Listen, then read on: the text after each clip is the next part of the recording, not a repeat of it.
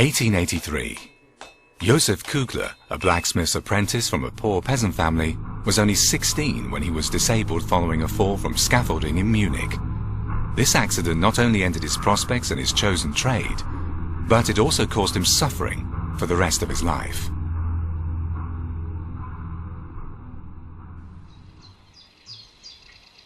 Kugler then went to Reichenbach. Not far from his birthplace at Neuhaus, his sister took care of her invalid brother.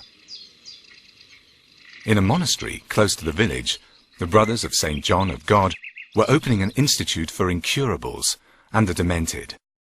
The young Kugler helped them open their center and began to familiarize himself with the brothers' work. To this day, the brothers are still caring for some 400 disabled people at Reichenbach, and it was their particular approach to their guests that so fascinated Kugler. At the age of 26, he applied for admission to the order. A group of guests and co-workers at the center are seen here staging that event, which took place in 1893. From today onwards, you shall wear this black habit, the religious habit of the Brothers of St. John of God, and you shall serve Christ in the poor and in the sick.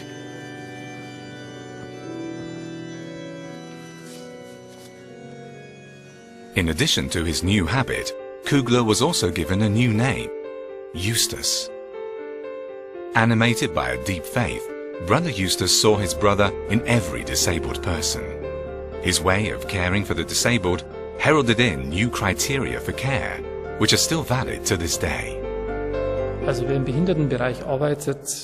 Those who work with the disabled know that they only open up to people with an open heart, and who are capable of reaching out to them, to laugh with them, and to do with them what they most enjoy, listening to their concerns and being by their side. And it was this approach that made Brother Eustace Kugler such an outstanding model.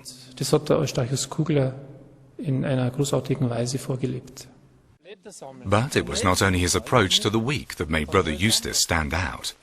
He also had a keen sense of justice and a great talent for organizing, earning him the admiration of his fellow brothers. His superiors soon entrusted him with senior responsibilities, and when the provincial chapter was held at Neuburg in 1925, the brothers unexpectedly elected Kugler as the Provincial of Bavaria. Following his election, Brother Eustace found himself in charge of 16 hospitals, hospices and centers with more than 2,500 guests. It was a huge responsibility. But Brother Eustace was even more daring. In the face of opposition from some of the brothers, he decided to build a new hospital at Regensburg.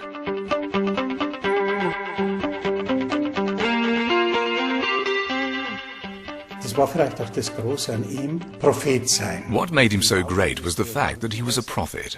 By building the Regensburg Hospital, he created something absolutely new. The quality of the healthcare provided in that part of the world, which was rudimentary at the time, improved enormously thanks to this enterprise. But there was yet another significant aspect. Brother Eustace attributed great importance to formation. He knew how to invest in the future. With his new hospital, Kugler not only steered healthcare in a wholly new direction, he also guaranteed the provision of care for the poor and needy. This was his main goal. One decisive factor was certainly his early upbringing in a family of poor and unsophisticated people. That's why the first people he turned his attention to were the poor. The others already had someone to cater for them, but there was no one for the poor. He acted in total harmony with the gospel. Jesus also showed a preference for the poor and the sick.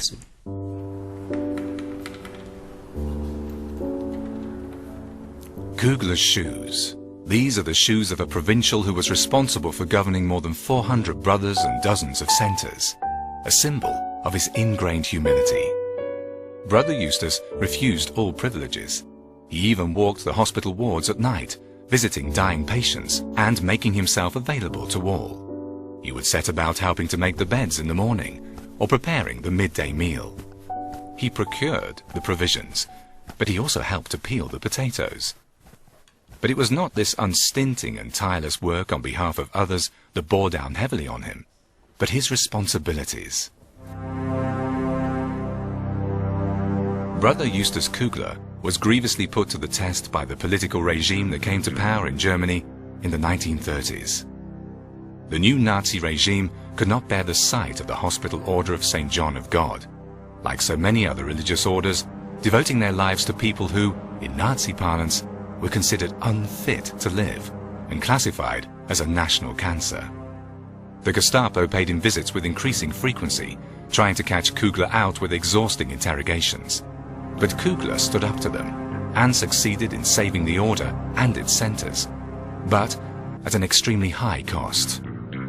Despite his desperate efforts, he was unable to prevent most of the incurable and disabled people from being removed from the brothers' care and deported, even though with the help of the brothers, he did eventually manage to save quite a few of them from the gas chambers.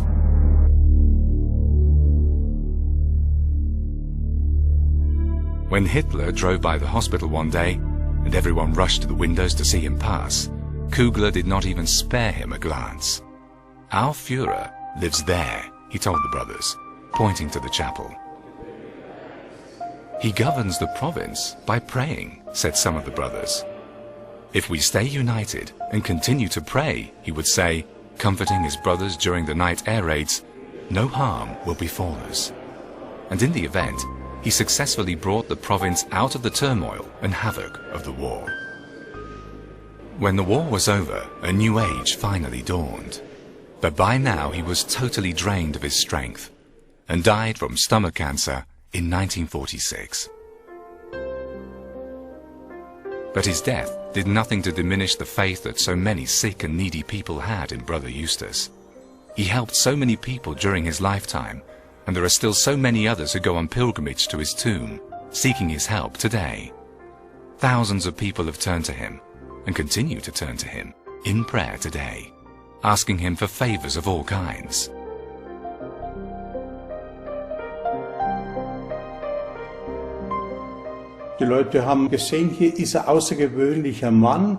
The people understood that Brother Eustace was certainly an extraordinary man, but at the same time they felt he was one of them, someone to whom they could talk without standing on ceremony. He was not someone high up, but a simple man who could be treated as a friend. One day, Gerhard Reisinger, a businessman from Reichenbach, also went to pray at Kugler's tomb, in the depths of despair. That very day, his beloved daughter, Katharina, was to be operated on to remove a life-threatening brain tumor. Katharina was completely cured thanks to the help of Brother Eustace. Of that, the Reisinger family was utterly convinced. And as an act of gratitude to him, they built a chapel on their company premises. For me, is das nach wie vor das Wunder. Ich war eher noch mehr wie davor. For me, even today, it was a miracle. All of us in our family, me and my children, always carry his medal with us. Brother Eustace always accompanies us. Whenever I'm driving towards Regensburg, I always leave the motorway to visit Brother Eustace. I feel him very close to my life. At Regensburg, as at Reichenbach, his birthplace Nittenau, and Neuhaus, where he grew up and where the local people built a chapel in his honor, Brother Eustace Kugler continues to live on everywhere. Not only as an intercessor, but also as a reminder to us all that a nation's greatness is measured above all in terms of the way they treat their weakest members.